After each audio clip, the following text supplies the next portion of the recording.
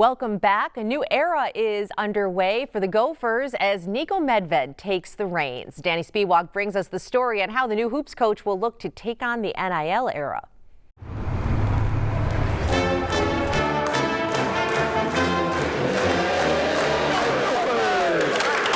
After 2 decades away, Niko Medved has returned home. You know, to be back here right now, it just feels surreal. But the University of Minnesota graduate has a tall task in rebuilding a men's basketball program that hasn't advanced past the second round of the NCAA tournament since the Final Four season of 1997. Now is the time to really get this moving in the right direction. To do so, Medved must keep up with name, image, and likeness, or NIL, which allows players to make money from sponsorships now. It's no secret we're in a changing landscape of college athletics. Through the independent collective known as Dinkytown Athletes, some Gopher athletes are already making big money. Although players aren't required to make their income public, we reported last year as just one example that one men's basketball player recorded $20,000 in monthly income in 2023 for appearances, autographs, and social media posts. But in recent years, former coach Ben Johnson lost several players to other schools that offered bigger NIL deals. I believe that the people here are committed to understanding what that looks like as far as raising money. It's not just NIL. Next month, a federal judge is expected to approve a legal settlement with the NCAA that would pave the way for schools to pay players directly, with a cap of roughly $20 million per institution. Under the revenue-sharing system,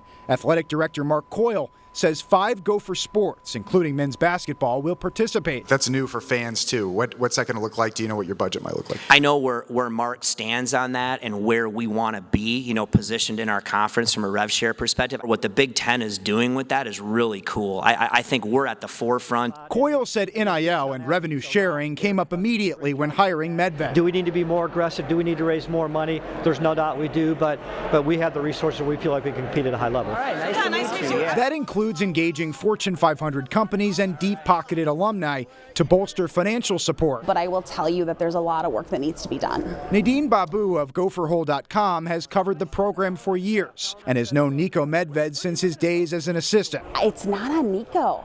This is the support that he needs from the administration, from Mark Coyle, from everyone else, and I think that if he gets that, he'll be successful. Go Gophers!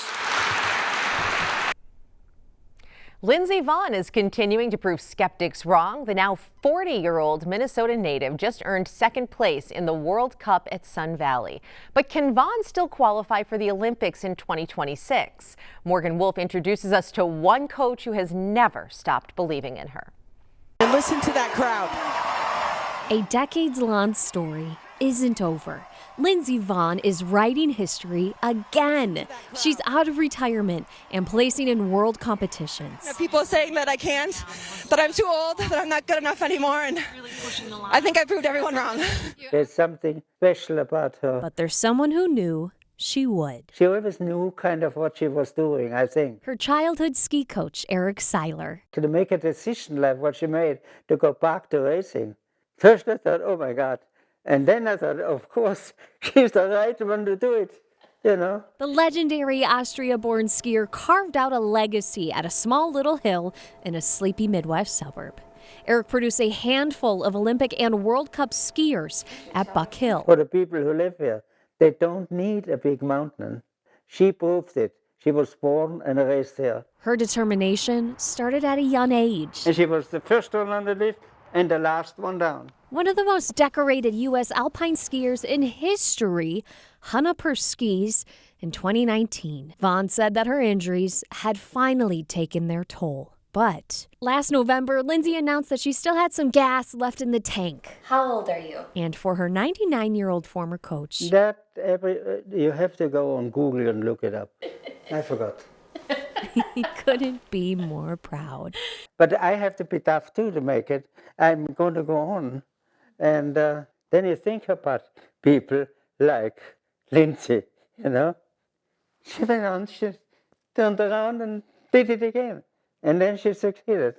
And I hope she succeeds once more now. A growing number of Minnesotans are receiving text messages accusing them of outstanding tolls from E-ZPass. Ian Russell explains how the scam works and what to do if you're targeted by it. Few things are more annoying than bad drivers and scams. It's frustrating.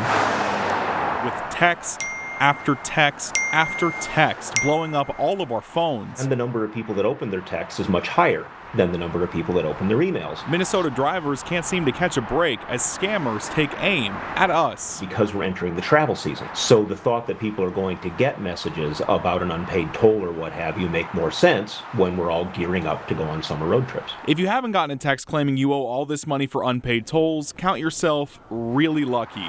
Cybersecurity expert Bryce Austin says scammers are able to send so many of those texts because sending them costs next to nothing.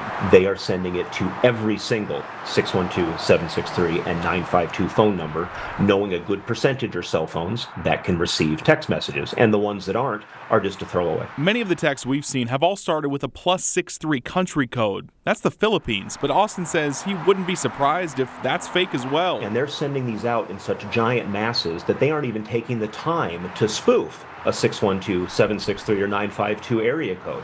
They're just being lazy. Austin says if you get a text like this, just delete it. It's never real, he says, and you'll save yourself a headache if you just ignore it. The trouble is, it is the World Wide Web. It is not the Minnesota web.